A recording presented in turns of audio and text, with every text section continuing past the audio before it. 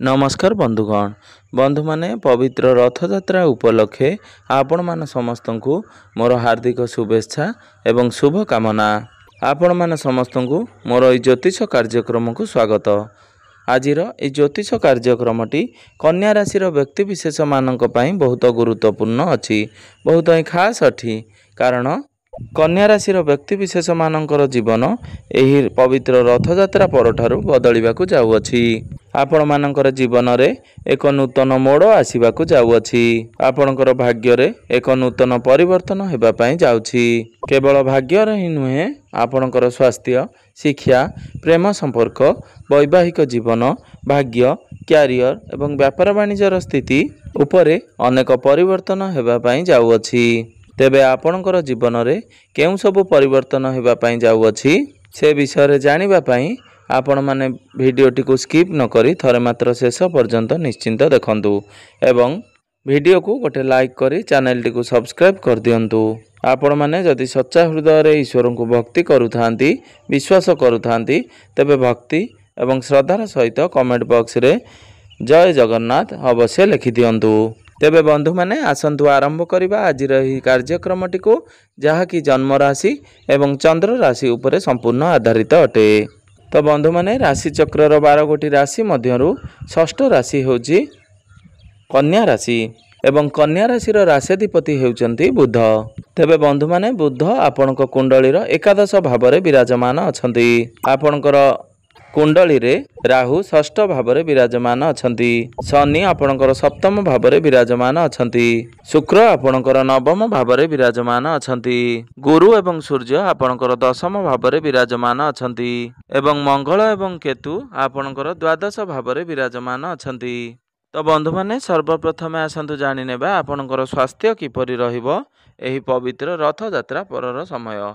तो बंधु माने कुंडलीर प्रथम भावटी होइथाय आपणकर स्वास्थ्यर भाव, आपणकर इम्यूनिटी सिस्टम रो भाव। आपणकर प्रथम भावर अधिपति हेउचंती बुध। बुध आपणक कुंडलीर एकादश भाव रे बहुत भल स्थिति रे विराजमान अछंती। कुंडली रे एकादश भावटी को बहुत शुभ बोली माना जाइथाए, कारण यह हेउची लाभर स्थान, समस्त इच्छा पूर्तिर स्थान। तो बुध आपणकर एकादश भाव रे बहुत मजबूत स्थिति रे विराजमान अछंती, जहार अर्थ हेउची आपणकर इम्यूनिटी सिस्टम बहुत स्ट्रांग रहिबो। किंतु मंगल जेहेतु आपणक कुंडलीर द्वादश भाव रे विराजमान अछंती, तेणु जेतेबेले आपण केउ आडे बाहर को यात्रा करूछंती किंबा ट्रावेल करूछंती, आपण निजर स्वास्थ्य प्रति विशेष ध्यान रखंतु। आपण बाहर खाद्य प्रति सतर्क रुहंतु, कारण मंगल आपणकर द्वादश भाव रे थिबा हेतु बाहर को जीवा समय रे अधिक ट्रावेल कारणरू किंबा अधिक टेंशन बा प्रेशर नेबा कारणरू आपणकर मुंड बिंधा भली समस्या टिके देखा देई पारे, नचेत कोनोसी बड़ स्वास्थ्यगत समस्या देखा जाउ नाही। आपणकर स्वास्थ्य एही रथयात्रा परे बहुत भल रहिबो।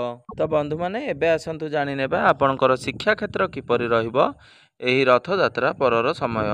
तो बंधु माने कुंडलीर पंचम भावटी होइथाय आपणकर शिक्षा क्षेत्रर भाव। तो आपणकर पंचम भावर अधिपति हेउचंती शनि। तो शनिदेव आपणकर सप्तम भाव रे विराजमान अछंती। तो बुधंकर दृष्टि आपणकर पंचम भाव उपरकू रहुची। तो शुक्र मध्य त्रिकोण रे विराजमान अछंती एवं आपणकर पंचम भावर अधिपति शनिंकर दृष्टि आपणकर प्रथम भाव उपरे रहुची। यार अर्थ हेउची आपणकर पाठ पढ़ारे आग्रह बढ़िबो, आपण पाठ पढ़ा प्रति अधिक फोकस रखिबे। तो यार अर्थ हेउची आपणकर पाठ पढ़ा एई रथयात्रा परठारु बहुत खास रहिबो। आपण पाठ पढ़ा रिलेटेड जहाँ भी डिसीजन नेबे बा जेउ कार्य करिवे सेथिरे आपण को सफलता प्राप्ति हेबो।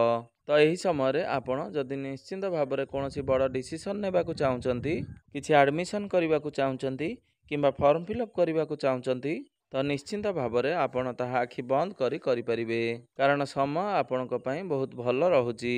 एहा व्यतीत एही रथयात्रा परे जदि आपणकर कौनसी एग्जाम अछि बा आपण किछि कॉम्पिटिटिव एग्जाम देबा को चाहूचंती, तो सेथिरे मध्य आपण कृत कार्य हेबे। तबे निश्चिंत भाव में आपणकर पाठ पढ़ार स्थिति जेहेतु भल रहुची, ए सब क्षेत्र रे आपण आगो को बढ़िबा उचित। तो बंधु माने एबे आसंतु जानि नेबा आपणकर प्रेम जीवन किपरि रहिबे एही पवित्र रथ यात्रा परर समय। तो बंधु माने कुंडलीर पंचम भावटी आपणकर शिक्षार भाव हेबा सहित पंचम भावटी होइथाय आपणकर प्रेम जीवनर भाव। ଆପଣଙ୍କର ସନ୍ତାନର ଭାବ। ତେବେ ଆପଣଙ୍କର ପଞ୍ଚମ ଭାବର ଅଧିପତି ହେଉଛନ୍ତି ଶନି। ତ ଶନି ଆପଣଙ୍କର ସପ୍ତମ ଭାବରେ ବିରାଜମାନ ଅଛନ୍ତି ଏବଂ ଆପଣଙ୍କର ପ୍ରଥମ ଭାବର ଅଧିପତି ବୁଧ ଆପଣଙ୍କର ଏକାଦଶ ଭାବରେ ବିରାଜମାନ ଅଛନ୍ତି। ତେବେ ଗ୍ରହମାନଙ୍କର ସ୍ଥିତି ଏପରି ରହିଛି ଯାହା ଫଳରେ ଆପଣଙ୍କର ପ୍ରେମ ଜୀବନ ବହୁତ ଷ୍ଟ୍ରଙ୍ଗ ରହିବ। ଆପଣଙ୍କ ମଧ୍ୟରେ କନେକ୍ସନ ଭଲ ରହିବ, ଭଲ ପାଇବା ବଢ଼ିବ। ତେବେ ଆପଣ ମନେ ରଖନ୍ତୁ, ଆପଣ ତରବର ହୋଇ କୌଣସି ଡିସିସନ ନେବେ ନାହିଁ କିମ୍ବା ତରବର ହୋଇ କୌଣସି କାର୍ଯ୍ୟ କରିବେ ନାହିଁ କିମ୍ବା ଆପଣ ତରବର ହୋଇ ସିଧାସଳଖ ଆପଣଙ୍କ ପାର୍ଟନରଙ୍କ ମୁହଁରେ କିଛି କହିବେ ନାହିଁ, କାରଣ ଶନିଙ୍କର ଦୃଷ୍ଟି ଆପଣଙ୍କ ପ୍ରଥମ ଭାବ ଉପରକୁ ରହୁଛି, ଯାହା ଫଳରେ ଆପଣଙ୍କ ମଧ୍ୟରେ ଧୈର୍ଯ୍ୟ କମ୍ ରହିବ। ଆପଣଙ୍କର ବାଣୀ ଉପରେ ସଂଯମତା ରହିବ ନାହିଁ ଏବଂ ଆପଣଙ୍କ ମଧ୍ୟରେ ଟିକେ ଜିଦ୍ଦି ସ୍ୱଭାବ ରହିବ। କିନ୍ତୁ ଶୁକ୍ର ବହୁତ ଭଲ ସ୍ଥିତିରେ ବିରାଜମାନ ଅଛନ୍ତି। ତ ଶୁକ୍ର ହେଉଛନ୍ତି ପ୍ରେମର କାରକ ଗ୍ରହ। ତ ଶୁକ୍ରଙ୍କର ସ୍ଥିତି ଯେହେତୁ ଭଲ ରହୁଛି, ତ ନିଶ୍ଚିନ୍ତ ଭାବରେ ଶୁକ୍ର ଆପଣଙ୍କର ପ୍ରେମ ଜୀବନକୁ ଭଲ ବନାଇବାକୁ ଚେଷ୍ଟା କରିବେ। ଆପଣଙ୍କୁ ଆପଣଙ୍କର କ୍ରୋଧ, ଜିଦି ଉପରେ ଟିକେ ବାଣୀ ଉପରେ ଟିକେ ସଂଯମତା ରକ୍ଷା କରିବାର ଅଛି। ଏବେ ଆସନ୍ତୁ ଜାଣିନେବା ଆପଣଙ୍କର ବୈବାହିକ ଜୀବନ କିପରି ରହିଛି ଏହି ପବିତ୍ର ରଥଯାତ୍ରା ପରର ସମୟ। ତ ବନ୍ଧୁମାନେ, କୁଣ୍ଡଳୀର ସପ୍ତମ ଭାବଟି ହୋଇଥାଏ ଆପଣଙ୍କର ବୈବାହିକ ଜୀବନର ଭାବ, ଆପଣଙ୍କର ଜୀବନ ସାଥୀଙ୍କର ଭାବ। ତ ଆପଣଙ୍କର ସପ୍ତମ ଭାବର ଅଧିପତି ହେଉଛନ୍ତି ଦେବଗୁରୁ ବୃହସ୍ପତି। ଦେବଗୁରୁ ବୃହସ୍ପତି ଆପଣଙ୍କ କୁଣ୍ଡଳୀର ଦଶମ ଭାବରେ ବିରାଜମାନ ଅଛନ୍ତି। ତ ଗୁରୁଙ୍କ ସହିତ ସୂର୍ଯ୍ୟ ମଧ୍ୟ ବିରାଜମାନ ଅଛନ୍ତି। ତ ଆପଣଙ୍କର ସପ୍ତମ ଭାବରେ ବିରାଜମାନ ଅଛନ୍ତି ଶନି। ତେବେ ଆପଣଙ୍କର ଲାଇଫ୍ ପାର୍ଟନର ତାଙ୍କ କ୍ୟାରିୟରକୁ ନେଇ ଅଧିକ ବିଜି ରହିପାରନ୍ତି, କାରଣ ଆପଣଙ୍କ ସପ୍ତମ ଭାବର ଅଧିପତି ଗୁରୁ ଆପଣଙ୍କର ଦଶମ ଭାବରେ କାର୍ଯ୍ୟ ଭାବରେ ବିରାଜମାନ ଅଛନ୍ତି ଏବଂ ଆପଣଙ୍କର ସପ୍ତମ ଭାବରେ କର୍ମକାରକ ଗ୍ରହ ଶନି ବିରାଜମାନ ଅଛନ୍ତି। ତ ଆପଣଙ୍କର ଜୀବନ ସାଥୀ ତାଙ୍କ କ୍ୟାରିୟରରେ ଅଧିକ ଫୋକସ୍ କରିବେ। କ୍ୟାରିୟରରେ ଅଧିକ ଫୋକସ୍ କରିବା ଫଳରେ ସେ ଆପଣଙ୍କୁ ଅଧିକ ସମୟ ଦେଇପାରିବେ ନାହିଁ, ତାଙ୍କ ଉପରେ କାର୍ଯ୍ୟଭାର ଅଧିକ ରହିବ ଏବଂ ଶନିଙ୍କର ଦୃଷ୍ଟି ଆପଣଙ୍କର ପ୍ରଥମ ଭାବରେ ଥିବା କାରଣରୁ ଆପଣଙ୍କ ମଧ୍ୟରେ ଜିଦି ସ୍ୱଭାବ ରହିବ ଏବଂ ଶନି ଆପଣଙ୍କର ସପ୍ତମ ଭାବରେ ଥିବା କାରଣରୁ ଆପଣ ନିଜର ଲାଇଫ୍ ପାର୍ଟନରଙ୍କ ଭିତରେ ଟିକେ ଜିଦି ସ୍ୱଭାବ ଦେଖିବାକୁ ପାଇବେ। ଛୋଟ ଛୋଟ କଥାରେ ସେ ଆପଣଙ୍କ ଉପରେ ଟିକେ ନାରାଜ ହୋଇପାରନ୍ତି। ତ ଏବେ ଆସନ୍ତୁ ଜାଣିନେବା ସବୁଠାରୁ ଗୁରୁତ୍ୱପୂର୍ଣ୍ଣ ବିଷୟବସ୍ତୁ, ଆପଣଙ୍କର ଭାଗ୍ୟ, କ୍ୟାରିୟର ଏବଂ ବ୍ୟାପାର ବାଣିଜ୍ୟର ସ୍ଥିତି କିପରି ରହିଛି ଏହି ପବିତ୍ର ରଥଯାତ୍ରା ପରର ସମୟ। ତ ବନ୍ଧୁମାନେ, କୁଣ୍ଡଳୀର ନବମ ଭାବଟି ହୋଇଥାଏ ଆପଣଙ୍କର ଭାଗ୍ୟର ଭାବ। ତ ଆପଣଙ୍କର ଭାଗ୍ୟ ଭାବର ଅଧିପତି ହେଉଛନ୍ତି ଶୁକ୍ର। ତ ଶୁକ୍ର ଆପଣଙ୍କର ନବମ ଭାବରେ ବିରାଜମାନ ଅଛନ୍ତି। ସେ ନିଜର ସ୍ୱରାଶିରେ ବିରାଜମାନ ଅଛନ୍ତି। ଏହାର ଅର୍ଥ ହେଉଛି ଆପଣଙ୍କୁ ଆପଣଙ୍କର ଭାଗ୍ୟର ପୂର୍ଣ୍ଣ ମାତ୍ରାରେ ସାଥ ମିଳିବ। ତ ବନ୍ଧୁମାନେ, ଗୋଟିଏ ବର୍ଷରେ ଗୋଟିଏ ମାସ ହିଁ ଏପରି ରହିଥାଏ ଯେଉଁ ମାସରେ ନବମ ଭାବର ଅଧିପତି ନବମ ଭାବରେ ହିଁ ବିରାଜମାନ ରହନ୍ତି। ଏହି ରଥଯାତ୍ରା ପରେ ଆପଣଙ୍କ ପାଇଁ ଜୁଲାଇ ମାସଟି ଏପରି ରହିବ ଯେ ଶୁକ୍ର ନବମ ଭାବରେ ହିଁ ବିରାଜମାନ ଅଛନ୍ତି। ତ ଭାଗ୍ୟ ସମ୍ବନ୍ଧିତ ପ୍ରତ୍ୟେକ କ୍ଷେତ୍ରରେ ଆପଣଙ୍କୁ ସଫଳତା ପ୍ରାପ୍ତ ହେବା ପାଇଁ ଯାଉଛି। ତ ଏହି ସମୟରେ ଯଦି ଆପଣ କୌଣସି ବଡ଼ ଡିସିସନ୍ ନେବାକୁ ଚାହୁଁଛନ୍ତି, କିଛି ବଡ଼ କାର୍ଯ୍ୟର ଆରମ୍ଭ କରିବାକୁ ଚାହୁଁଛନ୍ତି, କିଛି ବଡ଼ ଜିନିଷ କିଣାକିଣି କରିବାକୁ ଚାହୁଁଛନ୍ତି, କୌଣସି ପ୍ରପର୍ଟିରେ ଡିଲ୍ କରିବାକୁ ଚାହୁଁଛନ୍ତି, କୌଣସି ବଡ଼ ଇନଭେଷ୍ଟମେଣ୍ଟ କରିବାକୁ ଚାହୁଁଛନ୍ତି କିମ୍ବା କୌଣସି ଶୁଭ ମାଙ୍ଗଳିକ କାର୍ଯ୍ୟର ଆୟୋଜନ କରିବାକୁ ଚାହୁଁଛନ୍ତି, ତ ଏସବୁ ପ୍ରତ୍ୟେକ କାର୍ଯ୍ୟ ଆପଣ ବିନା ଦ୍ୱିଧାରେ କରିପାରିବେ। ଏସବୁ କ୍ଷେତ୍ରରେ ଆପଣଙ୍କୁ ସଫଳତା ମିଳିବାକୁ ଯାଉଛି। ଏବେ ଆସନ୍ତୁ ଜାଣିନେବା ଆପଣଙ୍କର କାର୍ଯ୍ୟକ୍ଷେତ୍ର କିପରି ରହିବ ଏହି ପବିତ୍ର ରଥଯାତ୍ରା ପରର ସମୟ। ତ ବନ୍ଧୁମାନେ, କୁଣ୍ଡଳୀର ଦଶମ ଭାବଟି ହୋଇଥାଏ ଆପଣଙ୍କର କାର୍ଯ୍ୟକ୍ଷେତ୍ରର ଭାବ, ଆପଣଙ୍କର କ୍ୟାରିୟରର ଭାବ। ଆପଣଙ୍କର ଦଶମ ଭାବର ଅଧିପତି ହେଉଛନ୍ତି ବୁଧ।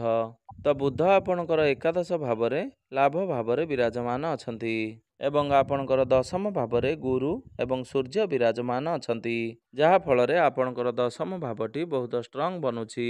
ଯିଏକି ଜ୍ଞାନର କାରକ ଗ୍ରହ ଗୁରୁ ଆପଣଙ୍କର ଦଶମ ଭାବରେ ବିରାଜମାନ ଅଛନ୍ତି।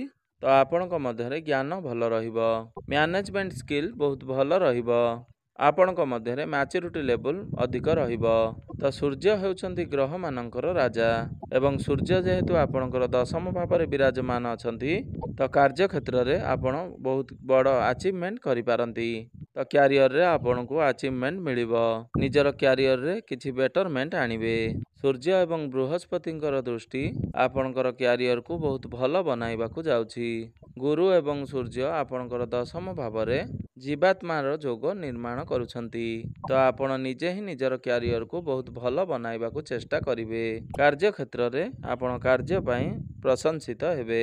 ଆପଣଙ୍କର କ୍ୟାରିୟରରେ ପ୍ରମୋସନ ହୋଇପାରେ ଏବଂ ଯେଉଁମାନଙ୍କ ନିକଟରେ କୌଣସି ଚାକିରି ନାହିଁ ସେମାନଙ୍କୁ ଚାକିରି ପ୍ରାପ୍ତ ହେବାର ବହୁତ ଅଧିକ ସମ୍ଭାବନା ରହୁଛି। ତେଣୁ ଆପଣ ନିଜର ଚେଷ୍ଟା ଜାରି ରଖନ୍ତୁ। ତେବେ କ୍ୟାରିୟର ଆପଣଙ୍କର ରଥଯାତ୍ରା ପରେ ବହୁତ ଭଲ ରହିବ। ତ ବ୍ୟାପାର ବାଣିଜ୍ୟର କଥା ହେବା ଯଦି ଆପଣଙ୍କର 7ମ ଭାବରେ ଶନି ବିରାଜମାନ ଅଛନ୍ତି। ତ ବିଜନେସକୁ ନେଇ ଆପଣ ସିରିୟସ୍ ରହିବେ। ତ ବ୍ୟାପାର ବାଣିଜ୍ୟରେ ଆପଣ ବହୁତ ଅଧିକ ଫୋକସ୍ କରିବେ। ତ ଶନି ଆପଣଙ୍କର 7ମରେ ଥିବା କାରଣରୁ ଆପଣ ପାର୍ଟନରସିପ୍ ବିଷୟରେ ଚିନ୍ତା କରିପାରନ୍ତି କିମ୍ବା ଆପଣ ଡେଲି ଇନକମ୍କୁ ବଢ଼ାଇବା ପାଇଁ ଚିନ୍ତା କରିପାରନ୍ତି। ଏବେ ଆସନ୍ତୁ ଜାଣିନେବା କିଛି ବିଶେଷ ପ୍ରତିକାର ବିଷୟରେ। ଯେଉଁ ପ୍ରତିକାର ଗୁଡ଼ିକ କରିବା ଦ୍ୱାରା ଆପଣଙ୍କର ଯେଉଁ ସବୁ ଅଶୁଭତ୍ୱ ରହୁଛି ସେଗୁଡ଼ିକ ଖଣ୍ଡନ ହୋଇ ଆପଣଙ୍କୁ ଶୁଭ ଫଳ ପ୍ରାପ୍ତି ହେବ ଏବଂ ଆପଣଙ୍କର ଭାଗ୍ୟରେ ଉନ୍ନତି ଆସିବ।